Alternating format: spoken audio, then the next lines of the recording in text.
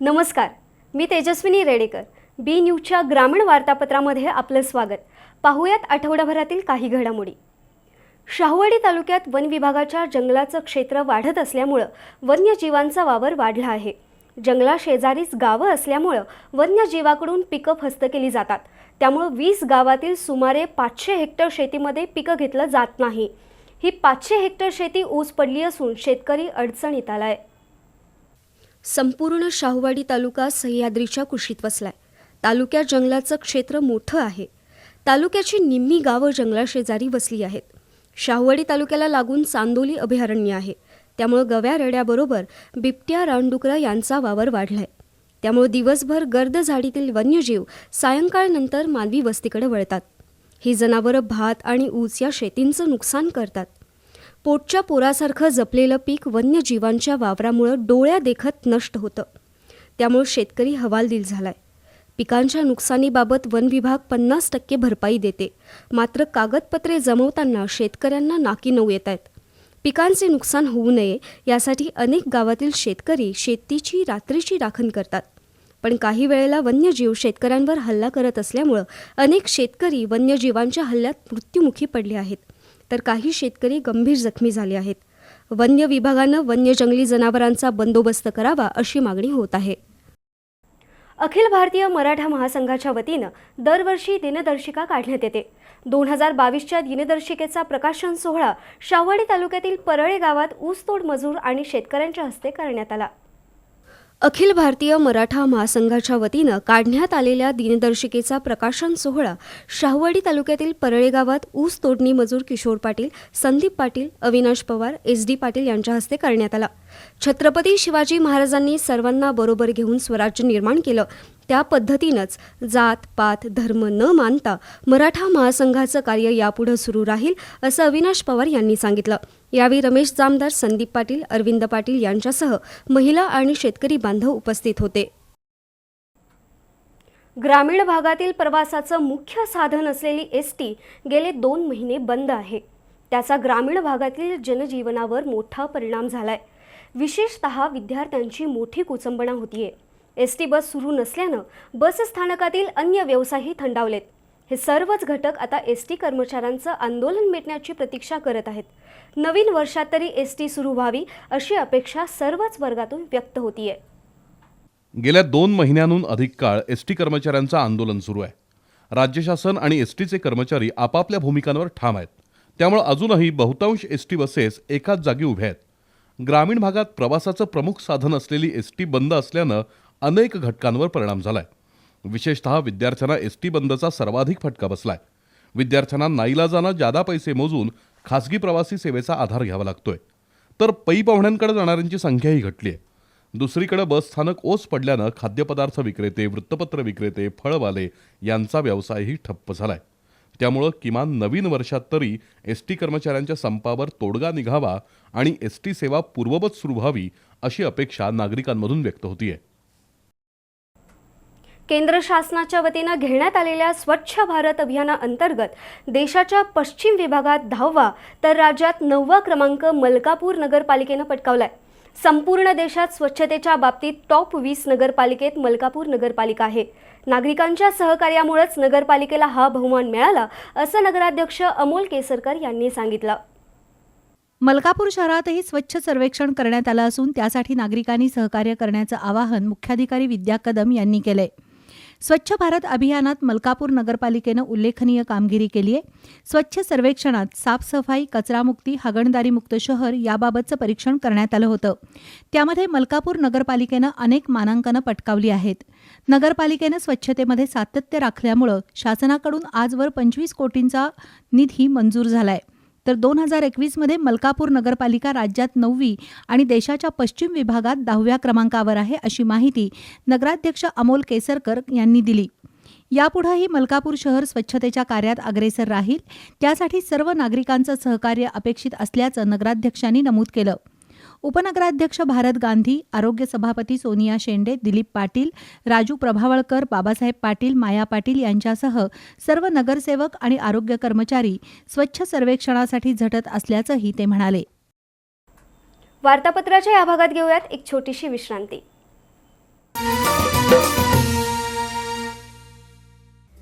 ऊस आणि मका शेतकऱ्यांसाठी खुशखबर. आलं आहे देशातील पहिलं प्रीमिक्स तणनाशक कॅलरिक्स एक्स्ट्रा, जे पिकातील तणांचा करेल नायनाट आणि पिकांना ठरेल पोषक. होय, अगदी खरंय. सिंजेंटा इंडिया लिमिटेड या प्रसिद्ध कंपनीनं प्रदीर्घ संशोधन करून आणलेलं कॅलरिक्स एक्स्ट्रा लागवडीमधील एकदल द्विदल तणांची डोकेदुखी सोडवणार चुटकीसरशी. तण होणार गायब आणि पिकं वाढणार जोमानं. वापरायची प्रक्रिया: तण उगून ते 3 ते 4 पानांच्या अवस्थेत आल्यावर प्रति एकरी 200 लिटर पाण्यात 1400 मिली कॅलरीज एक्स्ट्रा वापरा. जमिनीत ओलावा असताना फ्लड जेट किंवा कट नोझलनं फवारणी करा. ऊस मका लागवडीमध्ये उगवणाऱ्या रुंद गवतवर्गीय पानं, भाताडा यावर प्रभावी नियंत्रण. चला तर मग स्मार्ट बनूया. प्रीमिक्स कॅलरीज एक्स्ट्रा वापरूया. 2 in 1 काम करूया. अधिक माहितीसाठी संपर्क करा जवळच्या बी बियाणं खत दुकानात.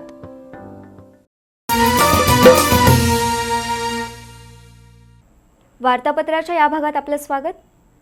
सन 2016-17 मध्ये बनावट कागदपत्रांच्या आधारे रस्ता तयार करून शासनाच्या निधीचा गैरवापर करणाऱ्या नणुंद्रे इथल्या माजी सरपंच अनिता गोरख बाऊचकर यांच्यावर कारवाई करावी आणि सध्या कार्यरत असणाऱ्या महिला ग्रामसेविका सुप्रिया खोत यांना तत्काळ निलंबित करावं अशी मागणी ग्रामस्थ सुरेश पाटील यांनी जिल्हा परिषदेकडे केली आहे.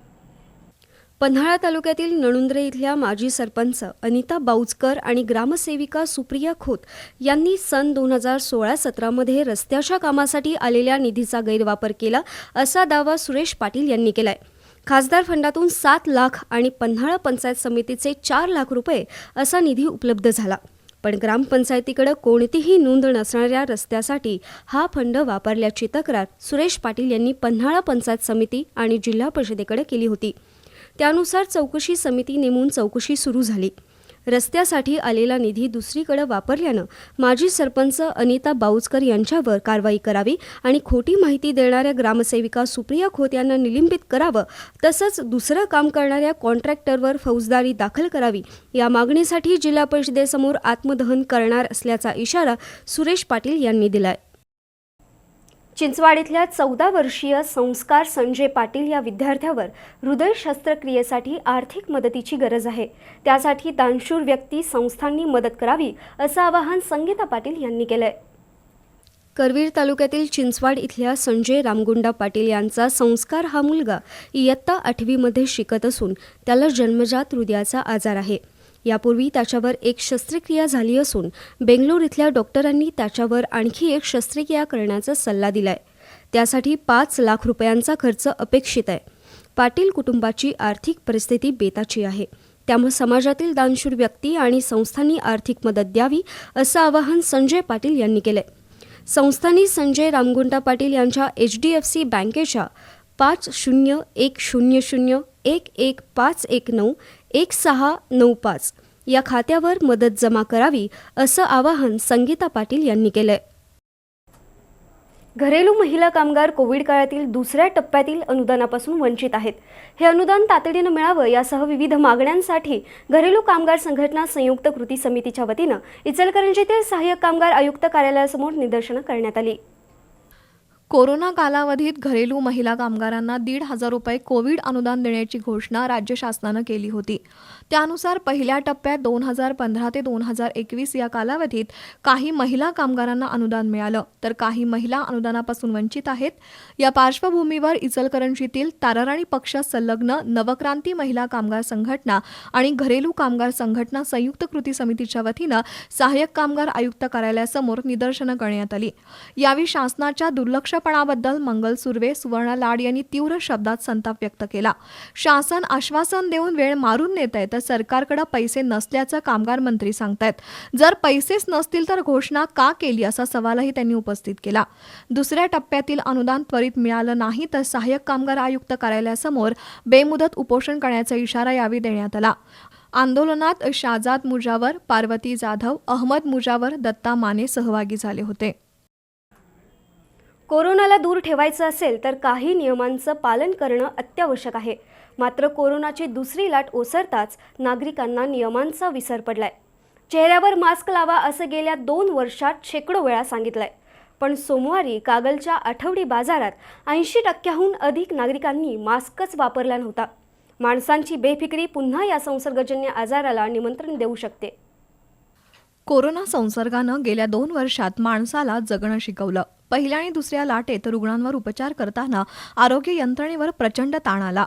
कोरोना संसर्ग टाळण्यासाठी जगभरात काही नियम जाहीर झालेत. मास्क वापरा, वारंवार हात धुवा आणि गर्दी करू नका, तसंच शारीरिक अंतर ठेवा असं वारंवार सांगितलं जात आहे. पण अजूनही या नियमांचं पालन होताना दिसत नाही. सोमवारी कागल शहरातील आठवडी बाजार होता. या बाजारासाठी कागल पंचक्रोशीतील नागरिकांनी मोठी गर्दी केली होती. पण बहुतांश व्यापारी आणि 80% अधिक नागरिकांनी मास्कच वापरला नव्हता. जणू कोरोना आपलं काही वाकडं करूच शकत नाही अशा आविर्भावात नागरिक वावरत होते. अगदी 50शी उलटलेले नागरिकही बेफिकीरपणे विना मास्क फिरत होते. एकीकडं ओमिक्रॉनची भीती वाढतीये. शासनानं पुन्हा निर्बंध लागू केलेत, पण तरीही सार्वजनिक ठिकाणी गर्दीत वावरताना साधा मास्कही वापरण्याची तसदी कोणी घेतली नव्हती. त्यामुळं कोरोना वाढीला आपणच हातभार लावतोय की काय असा प्रश्न उपस्थित होतोय. आणखीन काही बातम्यांसह भेटूयात वार्तापत्राच्या अखेरच्या भागात थोड्याच वेळात. गुणवत्ता, दर्जा आणि विश्वास यांच्या त्रिवेणी संगमातून तयार होणारे वैशिष्ट्यपूर्ण कट अँड बेंड तंत्रज्ञानानं तयार होणारे 24 मीटर पर्यंतचे अखंड बार्स महालक्ष्मी TMT बार्स. भक्कमतेला, विश्वासाची मजबूतीला, युगायुगांची साथ सदा मिळते. महालक्ष्मी TMT बार्स, नाते अविरत जुळते. गुणवत्ता, दर्जा आणि विश्वास यांच्या त्रिवेणी संगमातून तयार होणारे वैशिष्ट्यपूर्ण कट अँड बेंड तंत्रज्ञानानं तयार होणारे 24 मीटर पर्यंतचे अखंड बार्स महालक्ष्मी TMT बार्स. भक्कमतेला, विश्वासाची मजबूतीला, युगायुगांची साथ सदा मिळते. महालक्ष्मी TMT बार्स, नाते अविरत जुळते.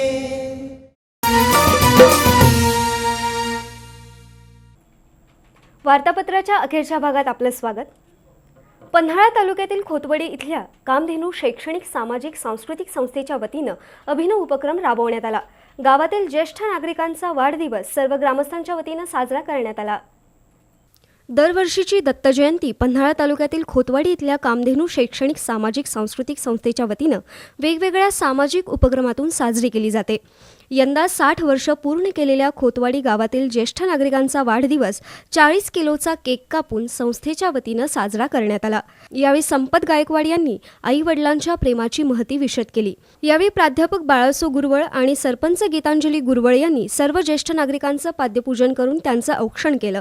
यावेळी Mahesh Gurav, KD Gaud, RA Shinde, JB Velhal यांच्यासह ग्रामस्थ आणि मंडळाचे कार्यकर्ते उपस्थित होते. करवीर तालुक्यातील वळिवडे इथला पाणंद रस्ता राजकीय तिढ्यामुळे रखडलाय. रस्त्यात मोठमोठे खड्डे पडले असून वाहनधारकांना त्याचा त्रास होतोय. खड्ड्यांमुळे अपघाताचं प्रमाण वाढलं असून रस्ता त्वरित करावा अशी मागणी ग्रामस्थांनी केली आहे. करवीर तालुक्यातील वळवडे इथल्या हुल्ले पाणंदीला जोडणाऱ्या रस्त्याची खड्ड्यांमुळे पुरती वाताहत झाली आहे. रस्त्याच्या दुतर्फा गटारी नसल्यानं सांडपाणी रस्त्यावर साठून राहतंय.